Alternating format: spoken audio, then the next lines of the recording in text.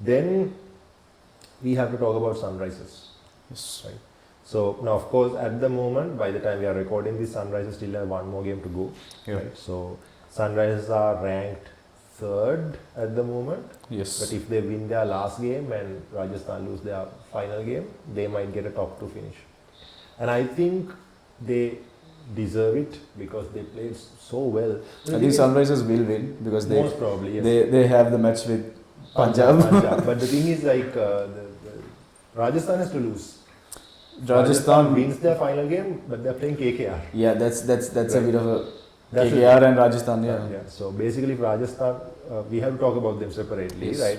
So if Sunrisers manage to win and Rajasthan lose their final game, they'll get a top 2 finish, right?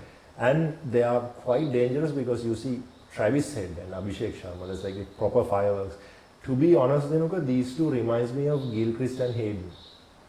Right. You know, that fierce, like, you know, that fear factor for the opening bowlers. Like the two openers who come and, like, you know, completely get you out of the game, right? So I think in one of those games against Delhi, they scored 125 in the power play, right? But this again gives us for our next video which is coming up. Like, of course, like, you know, is it really worth it? Yeah. You see, that day, this brings us to our next point. But is Sunrisers invincible? Not at all, because they have like really big loopholes. One of the issues is that their middle order isn't really firing, because you see, they scored 125 in the power play, which means they could have easily passed 300 that day. They couldn't because the middle order is not really firing, right? Also, for me, correct me if I'm wrong, but I feel like Pat Cummins is who's the one who is driving the bowling side. Exactly. Right, because he's very, like, his own individual performance is what's drawing the bowling side of Sunrisers, regardless of it being a team effort. That's not something that we need to talk about.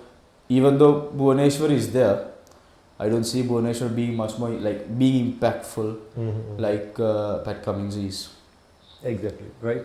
So basically the rest of the bowling in Sunrisers isn't that great, because you see Sunrisers renewed their record for the highest total twice in this season, but both those games they won by like 20 runs, 30 runs, right? I think they won by 25 runs and 31 runs, because like they might score 270 but they will concede 230, 240 because their bowling isn't that great.